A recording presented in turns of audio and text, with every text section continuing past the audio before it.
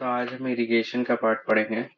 Irrigation पढ़ेंगे civil engineering, specially एजे exam के point of view से। तो बेसिक बेसिक इंफॉर्मेशन पढ़ते हैं। पुराने जो लेक्चर्स हैं वो चैनल पे ऑलरेडी अपलोडेड है, आप जाके देख सकते हैं। और इसकी पीडीएफ जो मिलेगी आपको टेलीग्राम चैनल पे मिलेगी। टेलीग्राम का जो चैनल है वो मिलेगा आपको डिस्क्रिप्शन में, ठीक है, वहां से आप जाके डाउनलोड कर सकते हैं।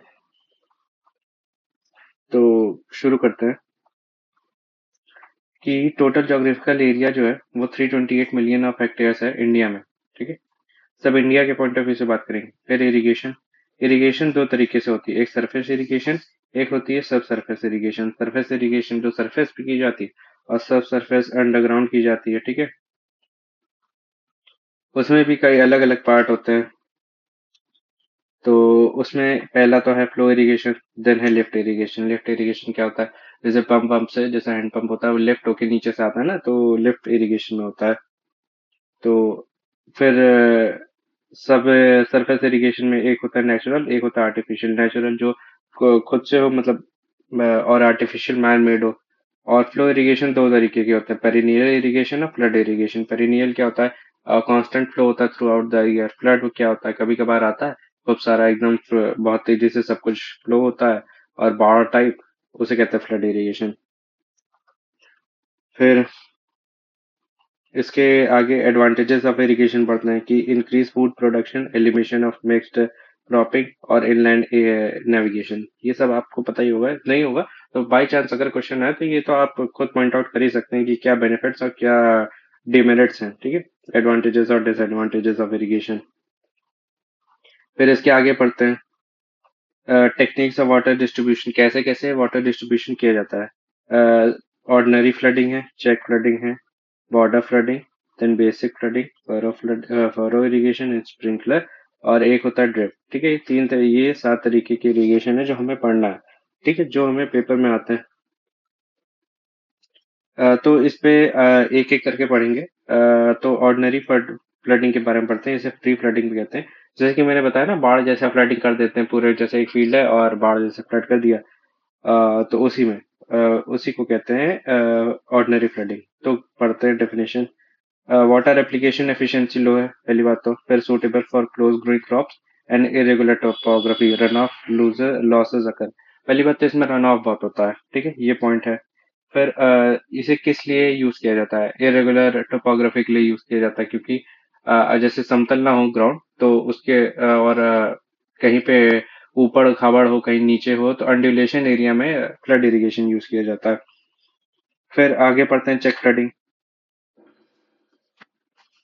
चेक फ्लैटिंग जो होता है, it is surrounded by low flat leaves suitable for high permeable soil, heavy soils. और एग्जांपल है इसका, जो इसमें ग्रो क्रॉप्स ग्रोन होती है वो होती है पल्सेस, ज्वार, पैडी क्रॉप्स। तो क्या होता है चेक फ्लडिंग, क्या होता है, एक तरीके की फ्री फ्लडिंग होती है, बट जैसे ये, जैसे मैं बताता हूँ, ये फील्ड एरिया है, ठीक है, उसको डिवाइड कर दिया है सेक्शंस में, देन फ्लडिंग की गई है, पानी भेजा गया, इसे कहते हैं चेक फ्लडिंग। सूटेबल, जैसे बताया ना, suitable for low and flat leaves, suitable for high permeable soil, heavy soils के लिए। फिर बॉर्डर फ्लडिंग के बारे में बात करते हैं कि area is divided into number of strips separated by leaves. Width होगी 10 से 20 मीटर, और लेंथ है 100 से 400 मीटर। ये जो है ये कई बार एग्जाम में पूछा गया है, तो इसको याद रखना बहुत इंपॉर्टेंट है। ये बॉर्डर फ्लडिंग क्या होती है, जैसे ये हो गई, इसको और छोटे छोटे एरिया में बांट दिया गया, ठीक है। लेंथ है 400 से मीटर तक, और विड्थ जो है वो 10 से 20 मीटर तक है। फिर आगे बढ़ते हैं बेसिन फ्लडिंग। बेसिन फ्लडिंग क्या होता है, जैसे ये फील्ड है, ठीक है, यहाँ पे एक ट्री लगा है, तो इसके चारों तरफ ऐसे करके, ऐसे, ये पानी का एरिया, यहाँ से पानी आया और ऐसे चला गया, ठीक है, तो इसे कहते हैं border basin flooding. Check areas provided circular shape, मैंने बताया ना सर्कुलर शेप, और इसका एग्जांपल है ऑर्चर्ड ट्रीज, मैंगो ट्रीज भी इसका एक एग्जांपल है। तो ये हो गया बेसिक फ्लडिंग। फिर फरो इरिगेशन। फरो इरिगेशन में क्या होता है, जैसे आपने आलू देखा होगा, आलू आलू उगाते हैं, तो क्या होता है, जैसे ये हो गया, यहाँ पे बंड्स बना देते हैं, ठीक है, इसके ऊपर उगाते हैं यहाँ पे, ठीक है, ऐसे ऐसे ऐसे ऐसे यहाँ पे उगाते हैं ना, तो ये हो गया फरो इरिगेशन। इसमें क्या होता है, नैरो डिचेस बनाई जाती हैं, 20 से 50% area get wetted, suitable for row crops, example है पोटैटो इवेपोरेशन। और लॉसेस जो रिड्यूस हो जाते हैं 30% तक रिड्यूस हो जाते हैं। 20 से 50% ही जो होता है एरिया वेट होता है। स्प्रिंकलर इरिगेशन में आते हैं फिर स्प्रिंकलर इरिगेशन के बारे में पढ़ेंगे कि इसमें क्या होता है, एक प्रेशर एक पूरी फील्ड होती है, उसमें पाइप सिस्टम उसमें बीच में ये रख दिया कुछ एक सिस्टम रख दिया जाता है, उस पर फाउंटेन टाइप स्प्रिंकल होते हैं ना, उसे कहते हैं स्प्रिंकलर इरिगेशन। आपने देखा होगा जैसे गार्डन वार्डन्स में बहुत लगे होते हैं। तो एक प्रेशराइज सिस्टम होता है applied by pipes and pumps for irregular and it is use for irregular topography, steep gradients और वाटर टेबल जिसमें हाई होती है और इरोडेबल सॉइल होती है। एग्जाम्पल इसका है टोबैको, ठीक है। हाई विंड और टेम्परेचर में अफेक्टेड होता है और कॉर्नर्स रिमेन अनइरिगेटेड और मेथड जो है कॉस्टली होता है, क्योंकि पाइप सिस्टम्स और ये सब फैलाना होता है ना, इसलिए।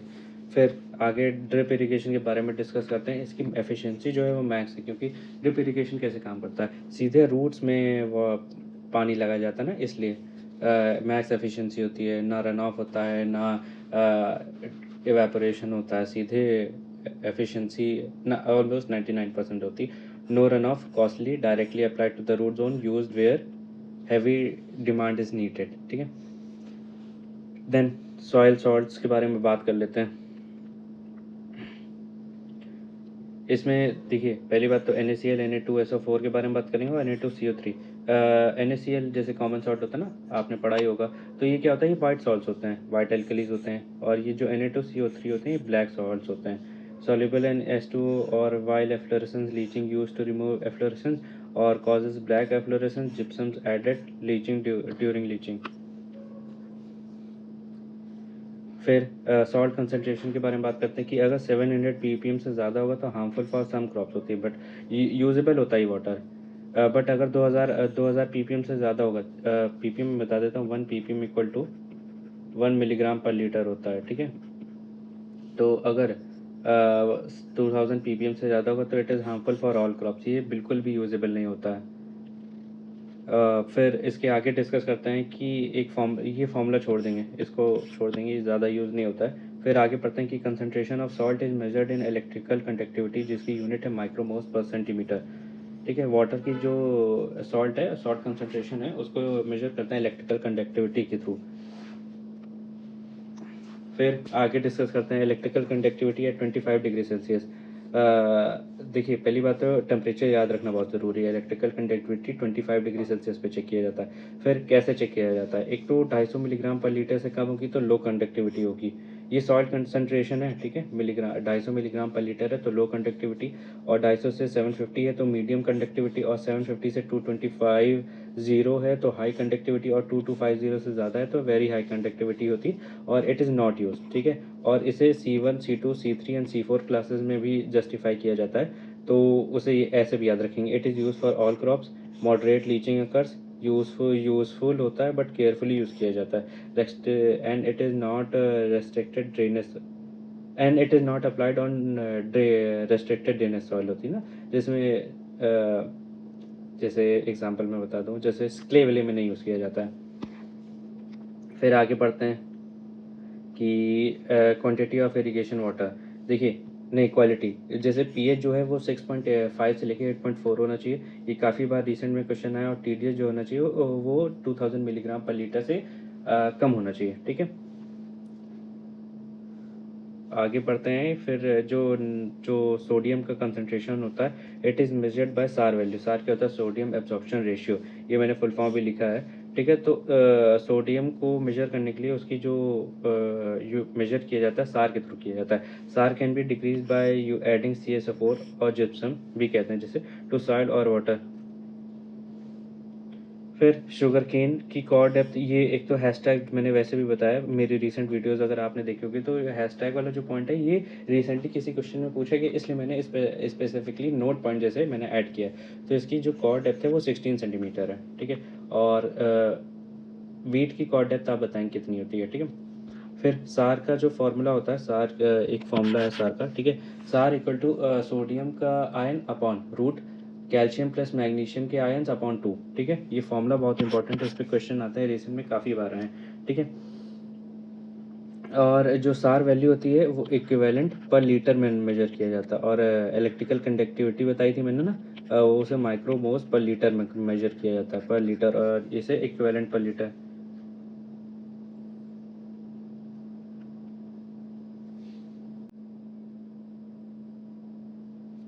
फिर SAR value, according to SAR value जो वाटर, जो क्वालिटी ऑफ वाटर है उस पर डिस्कस करते हैं कि 0 से 10 है तो लो सोडियम होता है, 10 से 18 है तो मीडियम होता है, 18 से 26 है तो हाई होता है, और 26 से ज़्यादा है तो वेरी हाई सोडियम होता है। ये नॉट यूजेबल होता है, ये याद रखेंगे, ठीक है।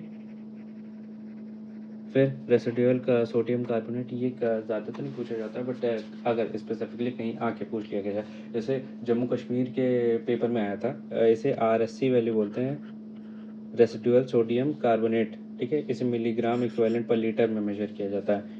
फिर इसके बेसिस पे जो डिवाइड किया जाता है कि लो है तो 1.5 है, मीडियम है तो 1.5 से 3, हाई है तो 3 से 6, और वेरी हाई है तो 6 से ज़्यादा होता है RSC की वैल्यू, ठीक है। फिर से एक बार रिपीट करेंगे, 1.5 से कम, 1.5 से 3, 3 से 6, 6 से ज़्यादा, लो, मीडियम, हाई, वेरी हाई।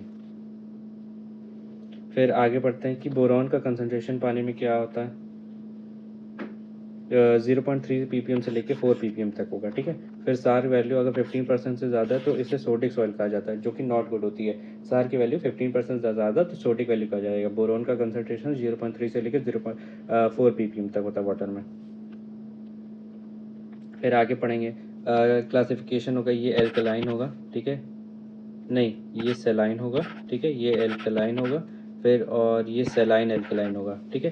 तो ये क्या बताता है कि इलेक्ट्रिकल कंडक्टिविटी सेलाइन की जो होती है वो 4000 से ज़्यादा है, ठीक है। और जो ESP है, ESP क्या होता है, एक्सचेंजेबल सोडियम परसेंटेज, तो ये 15 से कम होता है। और pH की वैल्यू जो है वो 8.5 या 8.5 से कम होती है। एल्कलाइन है तो 4000 से कम होगी, ठीक है। और pH की वैल्यू इसके अपोजिट हो जाती है, 15 से ज़्यादा, और pH जो होगा वो हो गई 8.5 से लेकर 10।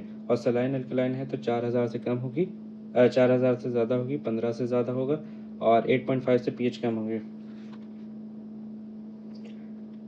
फिर आगे पढ़ते हैं, आगे क्या होगा, ESP का मैंने बता ही दिया, एक्सचेंजेबल सोडियम परसेंटेज, ठीक है। फिर सल्फेट्स इन आयंस कितना होना चाहिए, 192 ppm होना चाहिए। 200 मिलीग्राम पर लीटर रखते हैं, लेकिन 192 ppm स्पेसिफिक वैल्यू है। फिर लीचिंग का प्रोसेस देखते हैं। लीचिंग क्या होता है, it is process of removal of alkali salts dissolve in irrigation water by flooding the land, represented as percentage, ठीक है। तो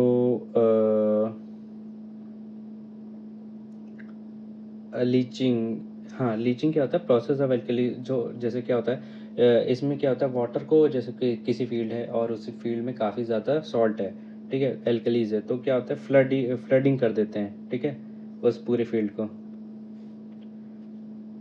फिर तो उससे क्या होता है, एल्कलीज रिमूव कर जाती हैं, वाटर अपने साथ कैरी आउट करके ले जाते हैं। फिर क्या आगे क्या पढ़ते हैं, ये क्या होगा, रुकिए मैं बता देता हूँ क्या होता है। यहाँ पे ये होता है लीचिंग, लीचिंग परसेंटेज होता है वो ये, ठीक है। तो ये क्या होता है, VD upon VI into 100, VD और VI क्या होता है, volume of drain water, volume of applied water into 100 equal to 1 minus CU जो होता है वो कंसेप्टिव यूज है, DI जो है वो अप्लाइड वाटर डेप्थ इंटू 100। फिर DI जो होता है, DI हमने बताया था ना, अप्लाइड वाटर डेप्थ, ये consumptive use plus up drain water होता है, ये जो है ना, ये TD depth of drain water, ठीक है। ये फॉर्मूला ज़्यादा तो नहीं यूज़ किया जाता, बट बाई चांस आ जाए उसके लिए है। फिर आगे पढ़ते हैं, वाटर रिक्वायरमेंट्स ऑफ क्रॉप। देखिए टाइप्स ऑफ वाटर, 3 तरीके के वाटर अप्लाई किए जाते हैं किसी भी फील्ड में। ग्रेविटेशनल हो गया, ठीक है, कैपिलरी हो गया, हाइग्रोस्कोपिक हो गया, ठीक है। ग्रेविटेशनल क्या होता है, ये नीचे चला जाता है और ये किसी भी तरीके से जो प्लांट्स हैं उनके यूज़ नहीं आता है, तो और जो यूज़ आता है वो कैपिलरी वाटर होता है। फिर हाइग्रोस्कोपिक क्या वाटर होता है, ये जैसे ये ग्रेन साइज है, ठीक है, इसके चारों तरफ एक लेयर की वाटर लेयर जो होती है ना वो बन जाती है, तो उसे हाइग्रोस्कोपिक वाटर कहते हैं, ठीक है। बाकी इन्फॉर्मेशन आप ये पढ़ लेंगे, मैंने बेसिक इन्फॉर्मेशन दे दी। फिर फील्ड कैपेसिटी क्या होती है, max water holded against gravity होती है, जो कि यूजफुल होती है बाय द प्लांट्स। तो आगे पढ़ेंगे फील्ड कैपेसिटी। इसका जो फॉर्मूला होता है, देखिए फॉर्मूला नहीं होता लेकिन फील्ड कैपेसिटी कैसे कंप्लीट होती है। ये एक कॉम्बिनेशन होता है कैपिलरी वाटर और हाइग्रोस्कोपिक वाटर का। ठीक है। फिर field capacity depends on the soil, और इसके लिए बेस्ट सॉइल जो होती है वो क्ले एंड सैंड की होती है। ठीक है। और फिर यहाँ पे फील्ड कैपेसिटी पे जो प्रेशर होता है वो जीरो होता है। ठीक है, याद रखेंगे। फिर आगे बात करते हैं ऑप्टिमम मॉइस्चर कंटेंट का, ओएमसी जैसे बोलते हैं। It is minimum water level up to which plant growth is max, और रीवाटरिंग नीडेड बिलो ओएमसी। और यहाँ पे प्रेशर जो होता है वो 0.1 से लेकर 0.3 एटीएम पे होता है। ठीक है। फील्ड कैपेसिटी पे जो प्रेशर था वो जीरो था, और ओएफसी पे 0.1 से लेकर 0.3 एटीएम होता है। और ये मैक्स मिनिमम वाटर कंटेंट होता है, नहीं, मैक्सिमम वाटर कंटेंट होता है जहां तक वाटर एब्जॉर्ब किया जा सकता है बाय द प्लांट। जैसे ये होता है ना, मैं बता देता हूँ, ये ग्राफ आपने कई बार देखा होगा। ये होता है, फिर ये होता है, और यहाँ पे होता है। ये पीडब्ल्यूपी होता है, परमानेंट विल्टिंग पॉइंट। ये फील्ड कैपेसिटी होती है, और ये ओएमसी होती है। ठीक है। मिनिमम ओएमसी तक जा सकते हैं, और ओएमसी के नीचे वापस वाटरिंग करना जरूरी है। और पीडब्ल्यूपी तक चला गया तो क्या होगा, प्लांट पानी नहीं एक्सट्रैक्ट कर पाएंगे, उसके बाद तो प्लांट खराब ही जाएगा, चांसेस है।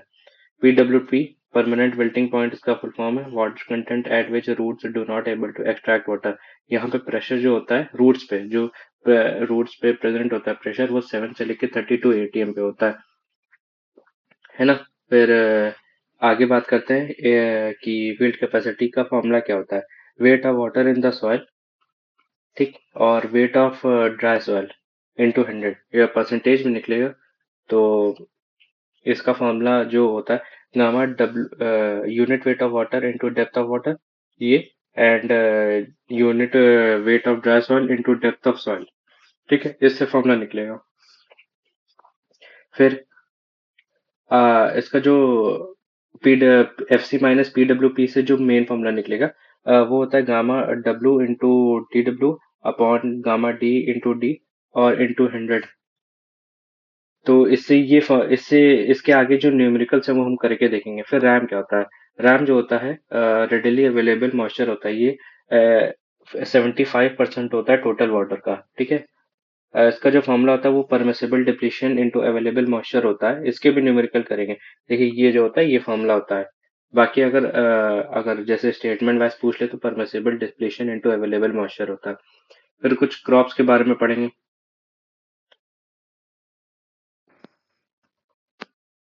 फिर क्रॉप्स के बारे में पढ़ेंगे। देखिए 4 तरीके की क्रॉप्स होती हैं।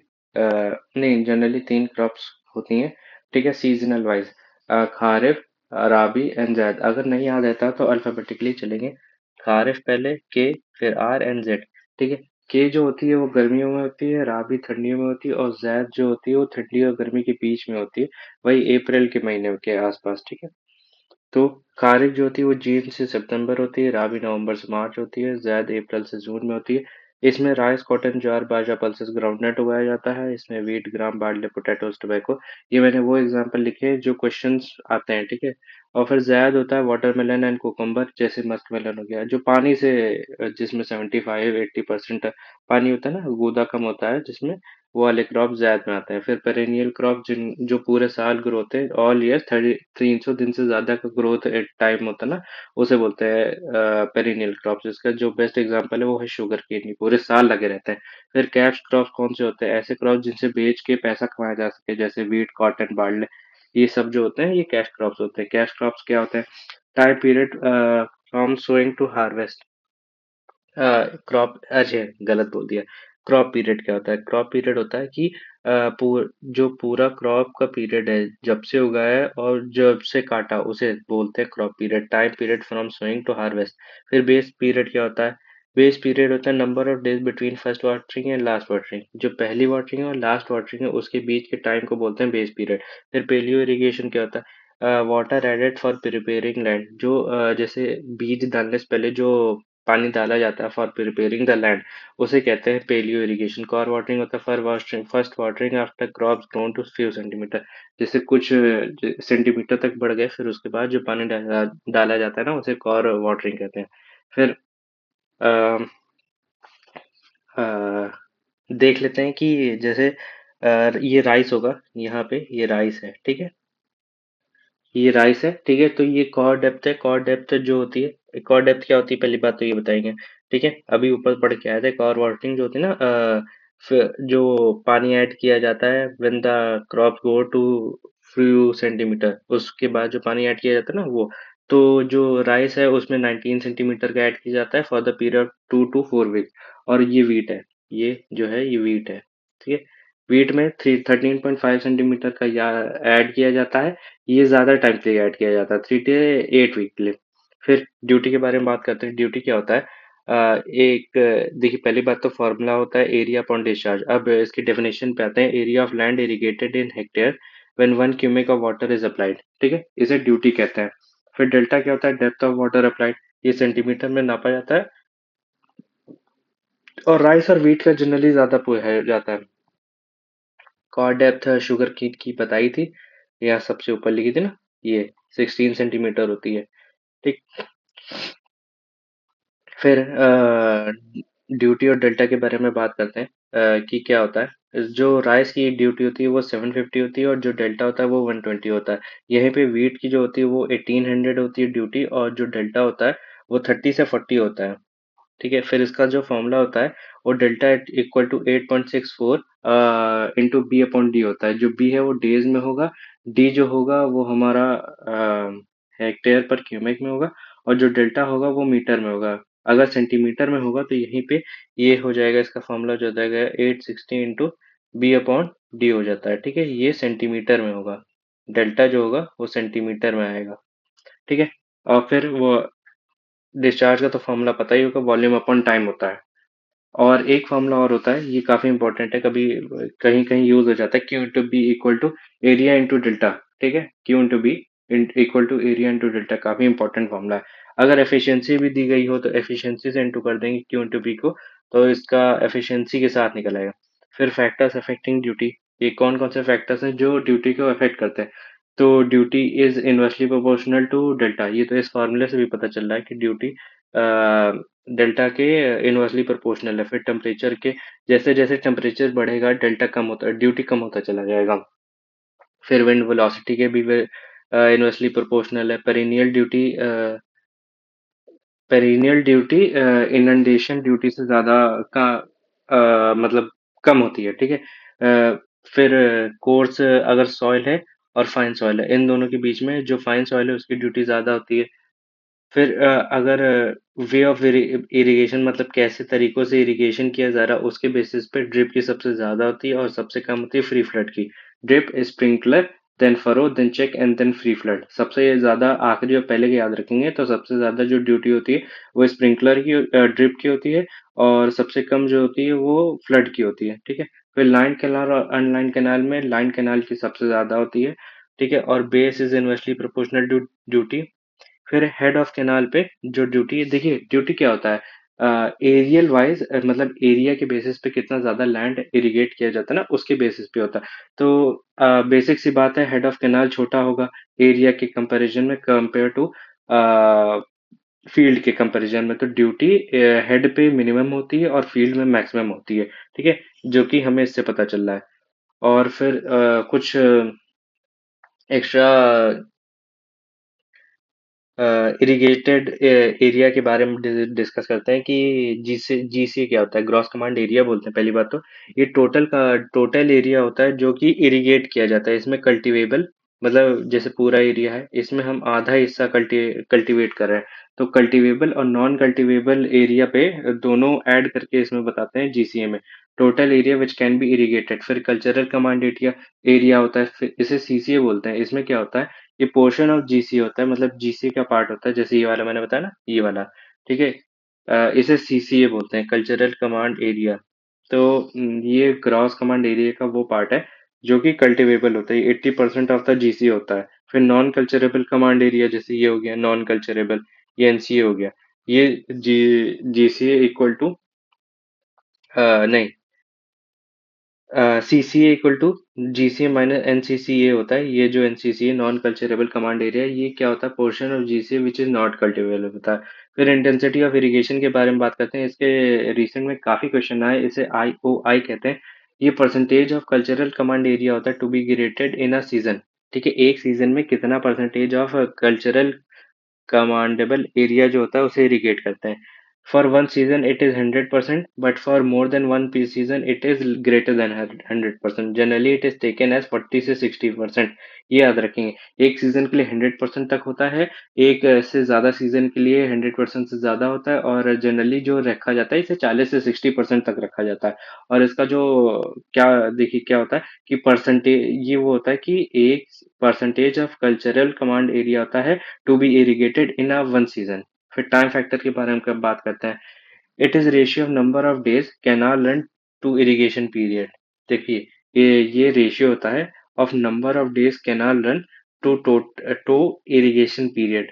ठीक है, इसे टाइम फैक्टर कहते हैं। फिर कैपेसिटी फैक्टर के बारे में बात करते हैं, ratio of mean supply discharge to full supply discharge. इसे क्या कहते हैं, capacity factor. Ratio of mean supply discharge to full supply discharge. फिर फुल सप्लाई कोफिशिएंट के बारे में बात करते हैं कि number of hectares irrigable per cubic of canal capacity at its head. ठीक है, फिर आगे डिस्कस करते हैं क्रॉप रेशियो क्या होता है। ये होता है area irrigated of rabi crop and area irrigated of kharif crop. इसे क्रॉप रेशियो कहते हैं। पहली बात ऐसे याद रखेंगे, राबी अपॉन खारिफ को बोलते हैं क्रॉप क्रॉप रेशियो। फिर कैपेसिटी फैक्टर क्या होता है, जिसे अभी पढ़ के आया था ना यहाँ पे, कैपेसिटी फैक्टर क्या होता है ये। ठीक है, mean supply discharge to total full supply discharge के बारे में, Q mean upon Q max, mean supply discharge upon full supply discharge, इसे कैपेसिटी फैक्टर बोलते हैं। फिर time factor number of days canal run upon irrigation period. इसका जो अभी रिसेंट पीछे पड़ के आया था ना वही है कि number of days canal run upon irrigation period. फिर आउटलेट फैक्टर क्या होता है, duty of water at outlet, इसे आउटलेट फैक्टर बोलते हैं। क्या बोलते हैं, आउटलेट, ड्यूटी एट आउटलेट।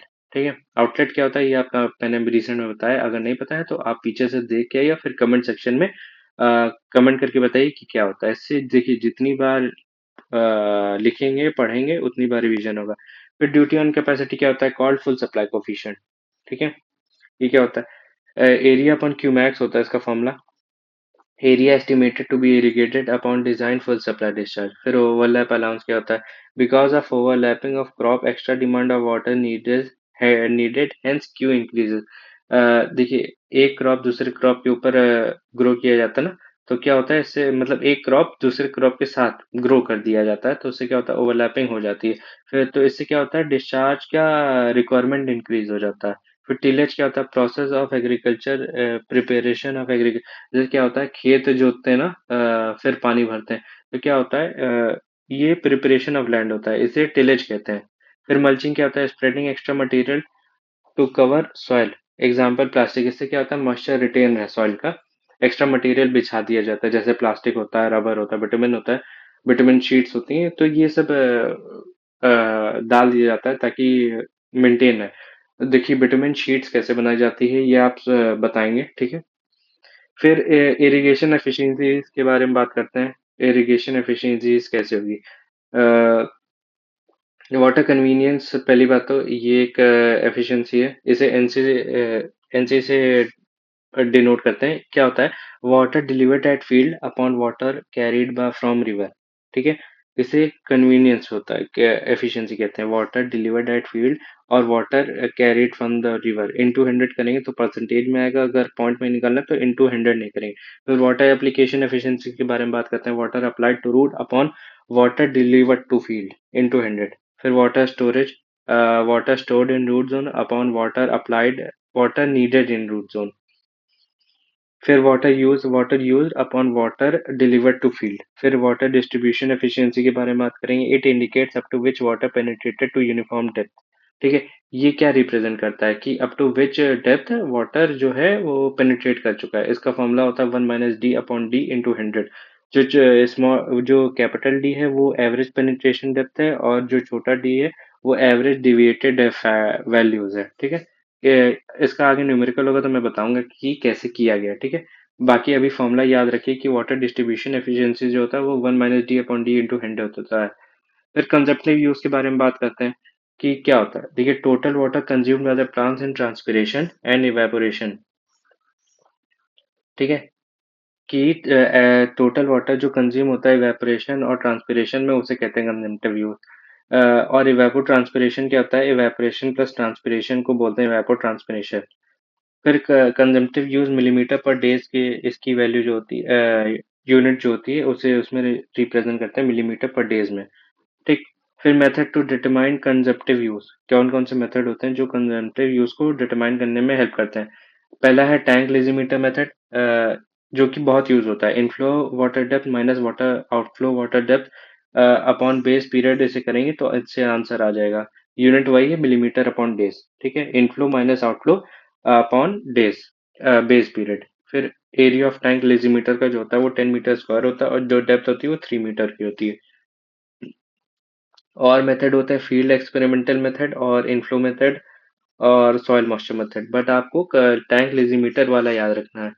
फिर इनडायरेक्ट मेथड, तीन तरीके के मेथड होते हैं: Blaney Criddle equation, Hargreaves class pan A और पेनमैन्स इक्वेशन। जो हारग्रीव्स क्लास ए पेन जो है इसको हाइड्रोलॉजी में पढ़ेंगे हम लोग। ठीक है, बाकी अभी देख लेते हैं सबका ये फॉर्मूला है। KP upon 41.8 T plus 32। ठीक है। और जो हार्गीस क्लास ए पेन है वो सी कंजंक्टिव यूज इक्वल टू के डॉट ईपी होता है। के जो है वो हमारा कांस्टेंट है, या फिर क्रॉस फैक्टर बोलते हैं। क्रॉस फैक्टर जो ऊपर पढ़ के आए थे ना यहाँ पे, ये रावी अपॉन खारिफ। ठीक है। और फिर पेनमैन्स इक्वेशन है, ये based on energy and mass transfer पे बेस होती है। ठीक है। फिर factors affecting consumptive use, temperature बढ़ेगा कंजम्पटिव यूज बढ़ेगा, ह्यूमिडिटी बढ़ेगी कंजम्पटिव यूज घटेगा, क्रॉप पीरियड बढ़ेगा कंजम्पटिव यूज बढ़ेगा, wind velocity is directly proportional to consumptive use, type of coarse soil है तो कंजम्पटिव यूज बढ़ेगा, और फाइन सॉइल है तो कंजम्पटिव यूज इनवर्सली प्रोपोर्शनल है। फिर फाइन इंडेक्स के बारे में बात करेंगे, ये हाइड्रोलॉजी का पार्ट है, ये यहाँ नहीं पढ़ेंगे। ये भी हाइड्रोलॉजी का पार्ट है, इसे भी यहाँ नहीं पढ़ेंगे। लेकिन ये जो पार्ट है, ये जो लाइन है, ये इसे याद रखना बहुत जरूरी है। रेनफॉल इंट अच्छा रुकिए, इसे हाइड्रोलॉजी में पढ़ेंगे, इसे हटा ही दीजिए। फिर इरिगेशन रिक्वायरमेंट ऑफ क्रॉप के बारे में बात करते हैं। Irrigation requirement CIR। ठीक। कंजम्पटिव इरिगेशन रिक्वायरमेंट, इसमें क्या होता है? CIR equal to consumptive use minus rainfall. ठीक है। RE जो होता है वो इफेक्टिव रेनफॉल होता है, तो CIR equal to consumptive use minus effective rainfall. ठीक है। फिर नेट इरिगेशन रिक्वायरमेंट होता है, NIR बोलते हैं। इसमें क्या होता है? CIR प्लस लीचिंग के लिए वाटर होता है, तो CIR जो होता है वो तो होता है consumptive use minus effective rainfall, इसमें प्लस लीचिंग का पार्ट कर देंगे। लीचिंग के लिए हमें वाटर जरूरी होता है ना, उसे नेट इरिगेशन में करेंगे। फिर FIR होता है फील्ड इरिगेशन रिक्वायरमेंट, इसमें क्या होता है? जो NIR होता है नेट इरिगेशन रिक्वायरमेंट, उसमें वाटर एप्लीकेशन एफिशिएंसी से डिवाइड कर देते हैं। फिर ग्रॉस इरिगेशन रिक्वायरमेंट होता है, इसमें क्या होता है? फील्ड इरिगेशन रिक्वायरमेंट को कन्वीनियंस एफिशिएंसी से डिवाइड कर देंगे, तो ये आ जाएगा हमारा। ठीक है। और it is considers channel losses भी इसमें कंसिडर होते हैं। इसमें जो कौन सा सबसे ज्यादा कौन सा कम सबसे कम होता है, इसको इससे लिखेंगे। और इसका एक याद करने का सबसे आसान तरीका बताता हूँ, GF नहीं चाहिए। ठीक है। इससे आप याद रखेंगे GIR, FIR और NIR और फिर CIR। फिर यूनिट ऑफ वाटर, ये कोई नोट पॉइंट है, 9.81 किलो न्यूटन पर मीटर क्यूब होता है, और ग्राम सीसी में रखेंगे तो 1 ग्राम पर सीसी होता है। फिर केनाल के बारे में डिस्कस कर लेते हैं कुछ थोड़ा बहुत। इसमें काफी क्वेश्चंस आते हैं, न्यूमेरिकल न्यूमेरिकल भी काफी आते हैं। ठीक है। तो प्राइमरी केनाल जो होता है वो मेन एंड ब्रांच केनाल की होता है, और सेकेंडरी केनाल जो होता है वो माइनर और मेजर डिस्ट्रीब्यूटिव होता है, और फिर जो टेरेस्ट्री केनाल में आता है उसमें water courses and field channels आते हैं। ठीक है। और management system for conveying and irrigation of water from river to agriculture field, इसे कहते हैं वाराबंदी सिस्टम। ठीक है। मतलब जो मैनेजमेंट सिस्टम होता है for conveying irrigation water from river to agriculture field, इसे वाराबंदी सिस्टम कहते हैं। ठीक है। फिर कुछ चैनल्स और उनके डिस्क्रिप्शन के बारे में पढ़ लेते हैं कि एलुवियल चैनल जो होता है that contain sand silt and clay. ठीक है, इसे एलुवियल सॉइल कहते हैं। फिर नॉन एलुवियल सॉइल क्या होता है? ये रॉक के बने होते हैं। फिर अनलाइन कैनाल होता है, ये कैनेडी और लेसी की थ्योरी पे बेस और डिजाइन होते हैं। और लाइन कैनाल होता है, ये वेलोसिटी और डिस्चार्ज कॉन्सेप्ट के बेसिस पे डिजाइन होते हैं। फिर ये परमानेंट लिखा है यहाँ पे, परमानेंट कैनाल। परमानेंट कैनाल क्या होता है? ये परमानेंटली फीड होते हैं वाटर के बाय द रिवर। ठीक है। और थ्रू आउट द ईयर होते हैं। फिर इनंडेशन कैनाल क्या होता है, gate supplies when water level in the river rise. जैसे मानसून का पीरियड है, बारिश बहुत हुई, रिवर का वाटर लेवल राइज हुआ, तो उससे क्या होता है, पानी इसमें उठ के आ जाता है, इसे इंडेंटेशन कैनाल कहते हैं। फिर फीडर कैनाल होता है, ये कंस्ट्रक्ट किया जाता है फॉर स्मॉलर एरिया के इरिगेट करने के लिए, ठीक है। फिर कैरियर कैनाल क्या होता है, ये डायरेक्ट इरिगेशन और फीडर कैनाल दोनों को मिला के बनाया जाता है। फिर ये काफी क्वेश्चन आता है कि जो रिज या वाटरशेड जो होता है, ये पहली बात तो नेचुरल शेड के अलाइन किया जाता है लॉन्ग, ठीक है। और can irrigate on the both sides and cross drainer was not record और इकोनॉमिकल होता है। जैसे मैं बताता हूँ ये क्या होता है, यहाँ पे बता देता हूँ। ये जैसे कोई वो है, ठीक है, इसमें ये वाला पार्ट, ठीक है, ये हो गया रिज, ठीक, रिज कैनाल। फिर ये कंटूर्स हैं, रुकिए मैं बदल लेता हूँ कलर। ये रिज हुआ, तो क्या होता है, ये रिज हो गया। देन यहाँ पे कैनाल बनाया जाता है, इसे कंटूर कैनाल से बोलते हैं। और इसके परपेंडिकुलर और जो अलोंग होते हैं, ठीक है, ये अलोंग हो गए। जो कंटूर के पैरेलल में होते हैं, उन्हें कंटूर कैनाल कहते हैं। फिर जो उनके परपेंडिकुलर होते हैं कंटूर के, इन्हें साइड स्लोप कैनाल कहते हैं, ठीक है। देखिए, रेज कैनाल इधर भी इरिगेट कर सकता है, इधर भी इरिगेट कर सकता है, बट ये जो कंटूर कैनाल है, ये आगे की तरफ कर ही सकते हैं इरिगेट। और साइड स्लोप कैनाल जो होते हैं, वो इधर और इधर भी इरिगेट कर सकते हैं। तो इसके बारे में पढ़ते हैं, कि contour canal aligned along the contours, जैसे मैंने बताया था, ये कंटूर है, ये कंटूर है, ये कंटूर है, ठीक है, और उनके पैरेलल, ठीक है। Can irrigate only on one side और cross drainage required, max cross drainage required है।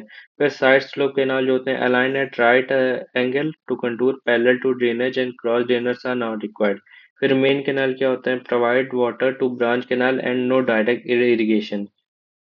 फिर on the basis of discharge के बेसिस पे कैनाल को डिवाइड किया गया है। जो मेन मेन कैनाल होते हैं, मेन या ब्रांच कैनाल, इनका जो डिस्चार्ज होता है वो 5 क्यूमेक से ज़्यादा होता है। फिर मेजर और माइनर डिस्ट्रीब्यूटरी होता है, वो 0.25 से लेके 3 क्यूमेक तक होता है। और जो वाटर कोर्सेज और फील्ड चैनल्स होते हैं ना, नहीं, माइनर डिस्ट्रीब्यूटरीज होती हैं, हाँ ठीक है, जो माइनर डिस्ट्रीब्यूटरीज होती हैं वो 0.25 से कम होता है। और जो वाटर चैनल्स और ये वाटर कोर्सेज और फील्ड चैनल्स होते हैं, इनमें 0.08 क्यूमेक तक होता है पानी, ठीक है, ये याद रखेंगे फिर आप। फिर losses of water water in canals, देखिए 2 से 3% तो इवेपोरेशन से होता है। बाकी जो मेजर लॉस होता है वो परकुलेशन से होता है, जैसे यहाँ लिखा है ना, परकुलेशन से होता है ड्यू टू एब्जॉर्प्शन। देखिए, अगर पोरस सॉइल है तो एब्जॉर्प्शन होगा, लेकिन अगर सॉइल जो है कोर्स है तो उसमें परकुलेशन होगा, ठीक है। एब्जॉर्प्शन और परकुलेशन ऐसे याद रखेंगे। फिर फैक्टर्स अफेक्टिंग लॉसेस, कौन कौन से फैक्टर्स होते हैं जो अफेक्ट करते हैं लॉसेस को। Types of sewage, amount of silt carried, cross section of channel, फिर कंडीशन ऑफ सॉइल और वेलोसिटी ऑफ कैनाल। फिर on the basis of discharge, ये रिसेंट में काफी क्वेश्चन आए थे, 2-3 बार आ चुका है। जो रेडियस होता है कैनाल का, उसे कितना रखते हैं, तो नीचे से शुरू करेंगे। 0.5 से लेके 3 तक होता है तो 100 मीटर रखते हैं, ठीक है। 3 से 15 होता है तो 150 रखते हैं, नहीं, हाँ 150 रखते हैं, ये 100 है। और ये इसका पार्ट है, ये इसका पार्ट है, ये 0.5, ठीक है। Cumec, 1 cumec equal to 1 metre cube per second होता है। और तो 0.5 क्यूमेक से कम है तो 100 होगा, और 0.5 से लेके 3 है तो 150 होगा, 3 से 15 है तो 300 होगा, 15 से 30 है तो 600 होगा, और फिर 30 से 100 है तो 900 होगा, और 100 से ज़्यादा है तो 1500 मीटर का रेडियस होता है, ठीक है। फिर आगे डिस्कस करते हैं एलिमेंट्स ऑफ कैनाल के बारे में। कैनाल के जो अलग अलग पार्ट्स हैं उनके बारे में बात करते हैं, कि साइड स्लोप क्या होता है। Stability of canal depends upon side slope, ठीक है। साइड स्लोप पे स्टेबिलिटी ऑफ कैनाल डिपेंड करती है। अगर कटिंग में ज्यादा रखी जाती है, फिलिंग में कम रखी जाती है। कटिंग में रखी जाती है 1:1, 1 हॉरिजॉन्टल 1 वर्टिकल पे, या फिर से लेके 1.5 हॉरिजॉन्टल 1 वर्टिकल तक, ठीक है। और फिलिंग में रखी जाती है 1.5 हॉरिजॉन्टल 1 वर्टिकल से लेके 2 हॉरिजॉन्टल 1 वर्टिकल तक, ठीक है। ये याद रखना बहुत इंपॉर्टेंट है। फिर फ्री बोर्ड क्या होता है? Margin between full supply level and top of bank, ये बैंक है, ठीक है। For line canals it is from full supply level to top of margin. क्या होता है? जैसे ये कैनाल है, ये मार्जिन है, ठीक है।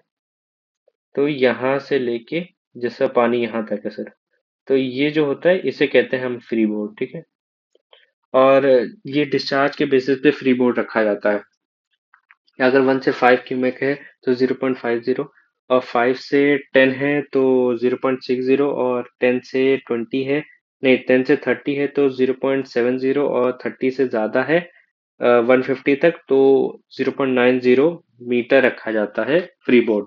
फिर दौलाज के बारे में बात करते हैं। ये क्या होता है? For safety of vehicles dowlas are made 0.3 meter wide होते हैं, नहीं हाइट हाई होते हैं, और 0.3 से लेके 0.6 मीटर तक वाइड होते हैं। डॉलर्स क्या देखिए कहीं पे हाँ ये डायग्राम है, ये देखिए ये डायग्राम है इसके, अभी मैं समझाता हूँ इसके बेसिस पे। देखिए ये partially cutting and partially filling में कोई एक चैनल बना है, ठीक है। तो क्या होता है, ये हमारा डॉलार्स हो गया, ठीक है। ये हमारी रोड हो गई, यहाँ पे बैंक है हमारा, ये हमारी रोड है, ठीक है। और ये हमारा कंटूर बम है। फिर और ये NSL है, NSL होता है नॉर्मल सप्लाई लेवल, ये हमारा फ्री बोर्ड है, ठीक है। ये हमारा पानी है, और ये फुल सप्लाई लेवल है, ठीक है। ये बर्म होता है, बर्म क्या होता है अभी आगे डिस्कस करते हैं, ठीक है। तो इतना हो गया। फिर सर्विस रोड के बारे में बात करते हैं कि फॉर इंस्पेक्शन पर्पस 0.5 से लेके 1 मीटर तक अबव FSL सर्विस रोड दी जाती है। फिर कंटूर बम क्या होता है? Generally given in the canal in filling extra berm provided in the bank of embankment protect from leakage due to seepage. जैसे क्या होता है, पानी यहाँ से लीक करके ऐसे ना आ जाती, ये पर्म दे दिया जाता है ना, तो ये पानी को रोक देता है, नहीं तो आ, एक सीपेज होने लगेगा। फिर स्पॉइल बैंक क्या होता है? Extra soil disposed of at the edge of the embankment while cutting. ये क्या होता है? सॉइल निकाली यहाँ से यहाँ डाल दी, यहाँ से निकाली यहाँ से डाल दी, बट ज्यादा जब हो जाती है तो क्या होता है? स्पॉइल बैंक बना दिया जाता है एक्स्ट्रा, ठीक है। फिर बम क्या होता है? बम होता है horizontal distance left at the ground level between the toe of the bank and top edge of cutting. ये होता है ना, ये, ठीक है। इसे बोलते हैं, ये क्या 3 क्राइटेरिया कंप्लीट करता है? एक तो एरोजन से बचाता है, रेजीम कंडीशन प्रोवाइड करता है, और एडिशनल स्ट्रेंथ देता है। रेजीम कंडीशन क्या होती है ये अभी डिस्कस करते हैं, ठीक है। मैं अभी बता देता हूँ, ऐसी कंडीशन जहाँ पे ना सिल्टिंग हो ना स्कोरिंग हो ऑफ कैनाल, उसे कहते हैं रेजीम कंडीशन। तो ये बर्म का काम होता है। NSL बता ही दिया था, नॉर्मल सप्लाई लेवल होता है, नेचुरल सप्लाई लेवल होता है। एक मिनट, नेचुरल सरफेस लेवल में नेचुरल सप्लाई लेवल भी होता है, बट यहाँ पे नेचुरल सरफेस लेवल है, ठीक है। तो बर्म क्या होता है? Horizontal distance left at the ground level from the toe of the bank to the edge of cutting, ठीक है। फिर डिजाइन ऑफ कैनाल के बारे में बात करते हैं। देखिए डिजाइन ऑफ कैनाल दो तरीके से होती है, कैनेडी के द्वारा, एक लेसी के थ्रू, ठीक है। फिर canal are design for critical velocity. एक तो क्रिटिकल वेलोसिटी के लिए डिजाइन करते हैं, ठीक है। क्रिटिकल वेलोसिटी पे क्या होता है? नो सिल्टिंग होती है, नो स्कोरिंग होती है, यहाँ पे जैसे लिखा है, ठीक है। Alluvial canal generally designed with no silting and no scouring condition called regime condition, ठीक है। मैंने बताया ना रिजीम कंडीशन क्या होता है। फिर अगर सिल्टिंग हो रही है तो फ्रिक्शन बढ़ेगा, जिससे डिस्चार्ज कम होगा, कल्चरेबल कमांड एरिया खुद ही कम हो जाएगा। और स्कॉरिंग होगी तो टर्बुलेंस बढ़ेगा, जिससे डिस्चार्ज कम हो जाएगा, और फिर कल्चरेबल कमांड एरिया कम हो जाएगा। फिर आते हैं कैनेडी और लेसी थ्योरी पे। कैनेडी और लेसी थ्रू, देखिए कैनेडी में क्या होता है? Eddies are neglected from the sides, और बॉटम्स की जो एडीज क्रिएट होती है ना, सिर्फ उन्हीं को अकाउंट किया गया था, यहाँ पे ये बताया गया। और लेसी ने क्या किया था? लेसी का जो मामला है ज्यादा बेटर होता है, इनने फॉर्मूला वॉर्मूला सब बढ़िया एकदम बढ़िया दिया था। तो इससे क्या होता है? लेसी में क्या होता है कि बॉटम और साइड दोनों से जो एडीज क्रिएट होती हैं उनके दोनों के बारे में बात किया था। इसमें सिल्टिंग, स्कोरिंग, नॉट अकर्स और रेजीम कंडीशन आ जाती है। लेसी ने 3 कंडीशन दी थी, इनिशियल, फाइनल और ट्रू रेजीम, ठीक है। यहाँ पे ये जो लिखा है अभी सब डिस्कस करेंगे। फिर not provide relation between silt grade and critical velocity, और इनने तो पूरा फॉर्मूला ही दे दिया था सिल्ट ग्रेड पे, F = 1.76 रूट डी, डी जो है डायमीटर ऑफ ग्रेन साइज है। फिर no expression for bed slope, इनने तो पूरा बढ़िया फॉर्मूला वार्मूला दिया था। F5/3/3340 Q1 power 6, ठीक है। फिर इनने जो वेलोसिटी निकालने के लिए तरीके बताए थे वो चेजी कांस्टेंट और मैनिंग फार्मूला यूज होता था, लेकिन इनने बढ़िया वेलोसिटी की फार्मूला दिया था QF² /140 power 1/6, ठीक है। फिर कैनेडी थ्योरी के बारे में बात करते हैं। इनने दोआब कैनाल सिस्टम पढ़ा था, ये याद रखना बहुत जरूरी है। और वेलोसिटी का इनका फॉर्मूला था 0.55 m d 0.64 की पावर 0.64। m क्या है, यहाँ पे क्रिटिकल वेलोसिटी है, और d जो है हमारी ट्रायल डेप्थ है। और अगर m 1 से कम है तो सिल्टिंग हो जाएगी, ठीक है। और m इक्वल टू 1 है तो रेजिम कंडीशन हो जाएगी, बट m अगर ज्यादा है तो इसमें स्कोरिंग हो जाएगी, ठीक है। और एरिया फॉर्मूला वही Q/वेलोसिटी। फिर m = 1 जो रखा जाता है वो लाइट सैंडी सॉइल के लिए रखा जाता है। 1.1 for light sandy coarser soil, 1.2 for loam soil. Loam soil किस सॉइल का मिक्सचर है ये आप बताएंगे। और 1.3 रखा जाता है फॉर हार्ड सॉइल।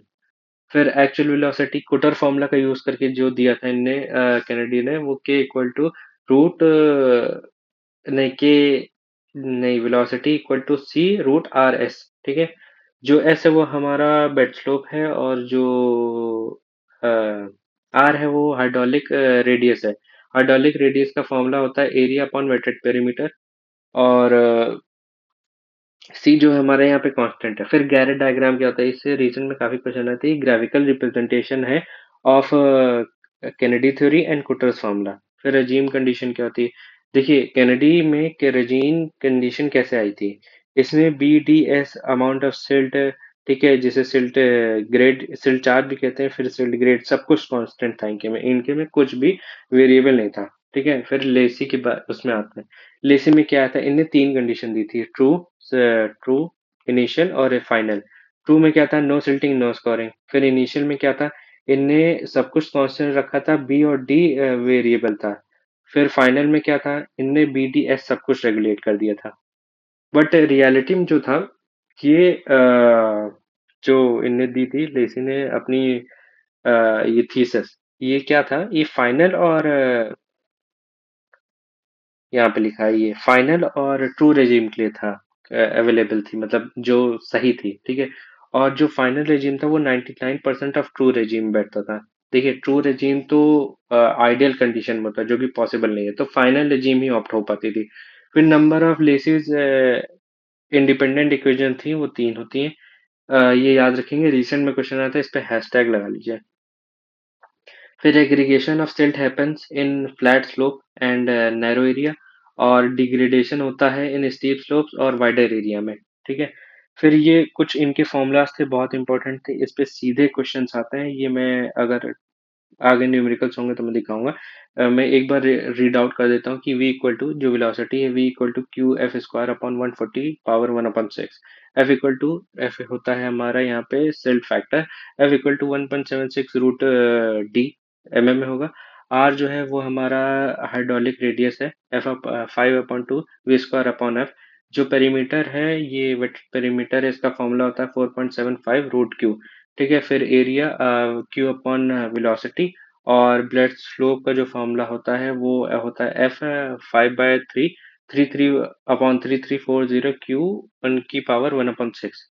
फिर रेजिम फ्लो इक्वेशन, इस पे फॉर्मूला काफी बार आया। रेजिम फ्लो इक्वेशन कैसे आती है, 10.8 R2/3 और S1/3। फिर रेजिम स्कोर डेप्थ, इस पे भी काफी बार आया। वो था रेजिम फ्लो इक्वेशन, और ये है रेजिम स्कोर डेप्थ।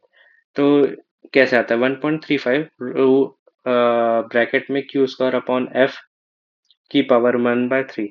क्यू जो होता है यहाँ पे, जो स्मॉल क्यू है वो Q/B है, जो मतलब डिस्चार्ज अपॉन विथ है, ठीक है। अगर कैपिटल क्यू रखना है तो 0.48 Q/F की पावर 1/3 होगा, ठीक है। देखिए ये मेन फॉर्मूला है, इसे याद रखना बहुत जरूरी है, 1.35 Q² / F की पावर 1/3। फिर to find Chezy's constant, Bazin formula use और कुटर फॉर्मूला यूज। फिर मैनिंग्स का फॉर्मूला का जो इक्वेशन होता है वो होता है 1/n R 2/3 S 1/2, ठीक है। बेंडिंग फॉर्मूला तो आप फ्लूइड मैकेनिक्स में भी पढ़ेंगे। फिर मैनी कांस्टेंट के बेसिस पे जो अनलाइन कैनाल्स की जो कंडीशंस हैं वो उस पे डिस्कस करते हैं कि 0.0225 जो होगा वो वेरी गुड कंडीशन है। फिर 25 पॉइंट्स बढ़ाएंगे, 0.250 ये गुड कंडीशन होगा, 0.0275 ये इनडिफरेंट होगा, फिर पुअर में तो 0.30 हो जाएगा। फिर ये अनलाइन कैनाल्स के लिए। बट अगर लाइन कैनाल्स है तो 0.018 से लेकर 0.20 तक जाता है मैनिंग्स कांस्टेंट के बेसिस पे। फिर आइडियल शेप्स ऑफ कैनाल क्या होता है? लाइन कैनाल के लिए ट्रेपेजॉइडल होता है और अनलाइन कैनाल के लिए सेमी सर्कुलर होता है। फिर best section of canal partially cutting and partially filling, ये सबसे बेस्ट कैनाल सेक्शन होता है। फिर कैनाल लाइनिंग के बारे में भी डिस्कस कर लेते हैं। देखिए किस किस बेसिस पे कैनाल लाइनिंग की जाती है। अगर हार्ड सरफेस लाइनिंग है तो कंक्रीट कर सकते हैं, बोल्डर की कर सकते हैं, एस्फाल्टिक की कर सकते हैं, और जनरली कंक्रीट की जाती है। अर्थ फिलिंग की देखिए कॉम्पैक्टेड सॉइल कर सकते हैं या फिर सीमेंट प्लस सॉइल की भी कर सकते हैं। फिर वेलोसिटी के बेसिस पे मतलब लाइनिंग की जाती है तो अलग अलग लाइनिंग पे अलग अलग वेलोसिटी होती है। अगर सीमेंट कंक्रीट की लाइनिंग है तो 2.7 मीटर पर सेकंड होगी, बर्ड लाइन होगी तो 1.8 मीटर होगी, और बोल्डर होगा तो 1.5 मीटर पर सेकंड होगी। टाइप ऑफ सॉइल के बेसिस पे रॉक एंड ग्रेवल है तो 1.5 मीटर, मोरम या फिर हार्ड सॉइल है तो 1.0 से 1.1 मीटर पर सेकंड, लोम या ब्लैक कॉटन सॉइल है तो 0.6 से लेकर 0.9, और ऑर्डिनरी सॉइल है तो 0.6 से लेकर 0.9 मीटर पर सेकंड। फिर क्रॉस ड्रेनेज वर्क पे डिस्कस कर लेते हैं। इस पे भी रिसेंट में काफी क्वेश्चंस आए। एक्वेडेक्ट सुपर पैसेज और साइफन कैनाल साइफन के, और फिर लेवल क्रॉसिंग ये सब होता है। इसमें क्या होता है देखिए, ये एक बड़ा टॉपिक है, मतलब एक लेक्चर लग सकता है, बट मैं एक शॉर्ट टर्म में बता देता हूँ कि जैसे ये हो गया हमारा कैनाल, ठीक है, रुकिए, अच्छा, ये हो गया हमारा कैनाल, ठीक है, और ये हो गया हमारा रिवर, ठीक है, ये हो गया इसका ड्रेनेज बेड लेवल, ये हो गया इसका यहाँ पे कैनाल बेड लेवल, ये हो गया इसका फुल सप्लाई लेवल, ठीक। और एक मिनट, ऐसे बनाते हैं, ठीक। तो अब अलग अलग कंडीशन पे डिस्कस करते हैं कि जैसे एक्वाडेक्ट क्या होता है। एक्वाडेक्ट क्या होता है, जैसे पानी इसका यहाँ पे है, ठीक है, और इसका पानी यहाँ पे है, तो क्या होता है, ये कैनाल कहलाया जाता है। इसमें क्या होता है, जो फुल सप्लाई लेवल होती है, फिर कैनाल बेड लेवल होता है, फिर हाई फ्लड लेवल होता है, और फिर ये ड्रेनेज बेड लेवल होता है। ये हाई फ्लड लेवल क्या होता है, ये जो होता है इसका लेवल रिवर वाले पार्ट का, ये हाई फ्लड लेवल है, ठीक है। और कैनाल अबव रिवर होती है इसमें, और design to carry 50 to 75% of FSL. फिर साइफन एक्वेडक्ट में क्या होता है, साइफन एक्वेडक्ट में क्या होता है, ये पानी जो होता है वो यहाँ यहाँ तक आ जाता है, यहाँ तक आ जाता है, ठीक है। मतलब जो कैनाल बेड लेवल है वो नीचे हो जाता है हाई फ्लड लेवल से, ठीक है। तो एफएसएल, एचएफएल और सीबीएल और फिर टीबीएल। फिर इसमें क्या होता है, वाटर जो पास होता है वो साइफनिक एक्शन के अंडर होता है। फिर सुपर पैसेज में क्या होता है, सुपर पैसेज में होता है, ये मैं बता देता हूँ यहाँ पे। सुपर पैसेज में, सुपर पैसेज में अ,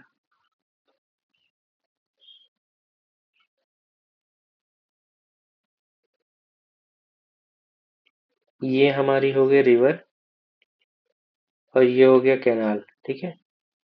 इसमें सब कुछ सेम है, बट रिवर और कैनाल की जगह में पलट जाता है, ठीक है, ऊपर नीचे हो जाता है। तो सुपर पैसेज में क्या होता है, हाई फ्लड लेवल, फिर कैनाल बेड लेवल, फिर एफएसएल होता है। कैनाल बिलो रिवर होती है, और canal water flow under gravity action. Canal siphon में क्या होता है, इसमें जो इसका पानी वो यहाँ तक आ जाता है, जो रिवर का हाई ड्रेनेज बेड लेवल है उससे ऊपर आ जाता है कैनाल का पानी, तो ये हमारा हो जाता है कैनाल साइफन। और लेवल साइफनिक एक्शन में पानी बहता है इसमें भी। और लेवल क्रॉसिंग क्या होता है, यहाँ से कैनाल आ रही है और यहाँ से वो रिवर कैनाल आ रहा है, तो ये दोनों एक ही लेवल पे होते हैं ना, तो इसे लेवल क्रॉसिंग कहते हैं। फिर आगे डिस्कस करते हैं। रिवर ट्रेनिंग वर्क्स है, फिर रिवर ट्रेनिंग वर्क्स कल से पढ़ेंगे, आज के लिए इतना रखते बहुत है। क्योंकि इसके बाद एक लेक्चर और लगेगा, काफ़ी बड़ा पार्ट है बचा अभी, तो अभी के लिए इतना ही रखते हैं। और लाइक शेयर सब्सक्राइब करिएगा, और हमारी वीडियो को ज़्यादा लोगों के पास शेयर करिएगा, और टेलीग्राम चैनल ज्वाइन कर लीजिएगा for exams test and PDFs. तो आज के लिए इतना ही रखते हैं, थैंक यू।